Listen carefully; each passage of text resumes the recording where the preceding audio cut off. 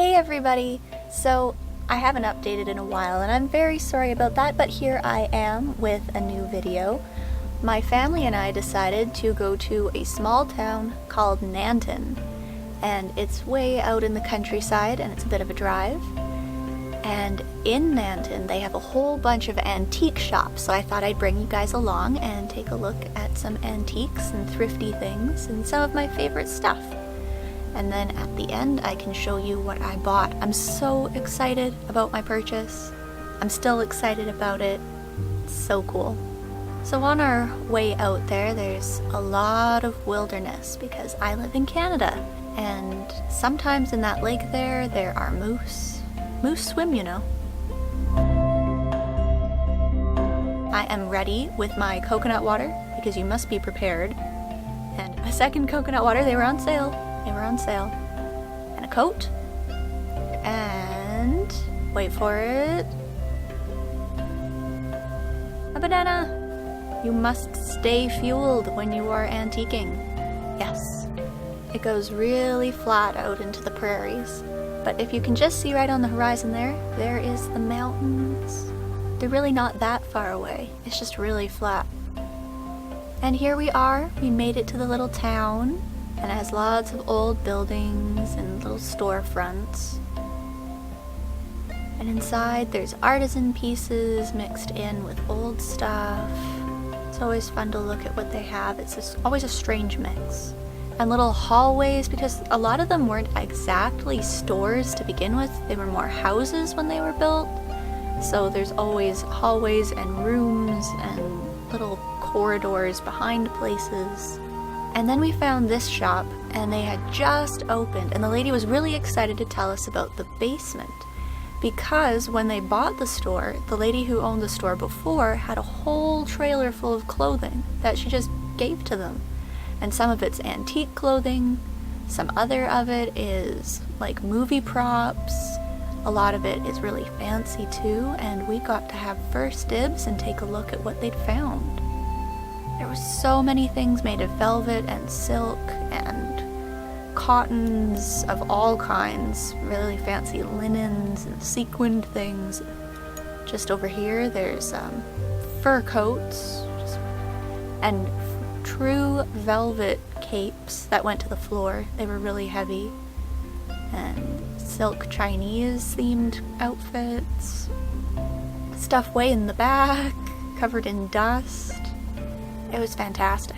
I was really happy that we got to see that. And there's a lot of heritage buildings as well that are really old. I like the brickwork that they have on them. You don't really see that too often in Canada here anymore being built. And this is my favorite antique store of every one that I've ever been to. I've been all across Western North America and nothing quite matches this one. It also has a whole bunch of cow paintings, so that adds 10 points right there.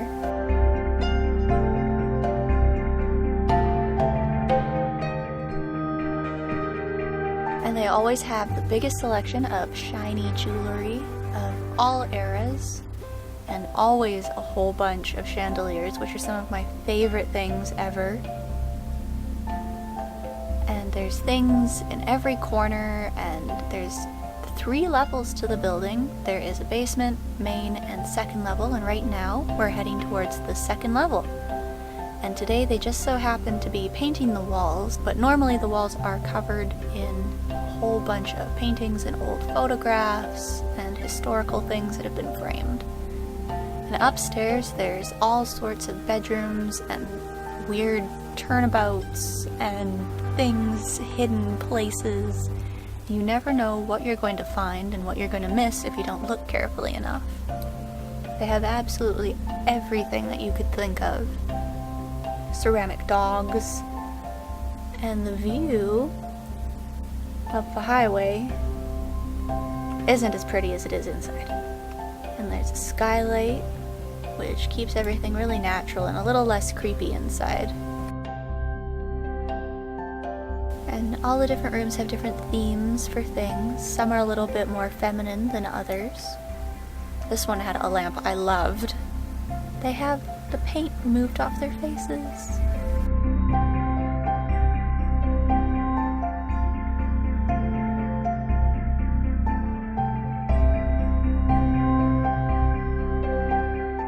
There's so many rooms and weird windows and walls.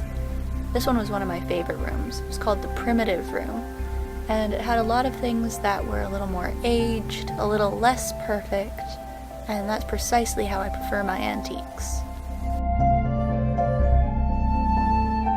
And here we are heading towards the basement. It's got all the sale items, and it also has a whole bunch of working items such as hammers and wrenches and, well, the red wheelbarrow right there. And the stairs are always so dangerous going down. And you can hear the creaking in the ceiling from everybody upstairs. There's actually grates in the ceiling where you can watch everyone walking. And there's all the tools. Some of them are antique, some of them are just old. All just piled around, hoping you'll find what you like.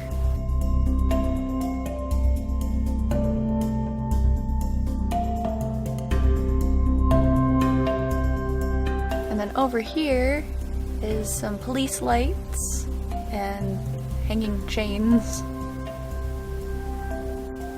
And this store was really interesting. It was newer, and it had a whole bunch of items that were specifically between the 50s and the 70s. And it had really cool colors that you kind of see coming back in fashion right now. Very odd shapes and just very funny designs, but I really liked it. I hadn't seen an antique store like this one before.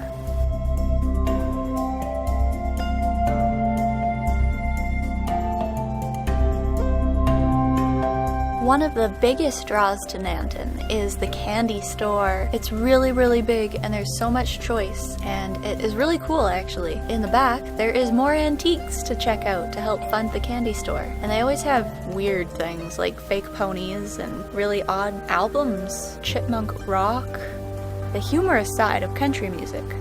The Greased Lightning album. Donnie and Marie Osmond, yes. And the Sesame Street record, which I saw only has one Sesame Street character. Very odd.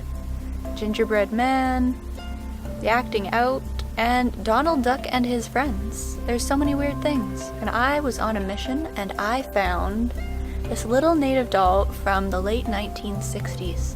And then I jumped right back to getting candy, and the lady gave me a little basket while I was carrying around my doll and said, "Do you need a basket for your baby?" And I was really happy because, yes, I need a basket for my baby and my candy.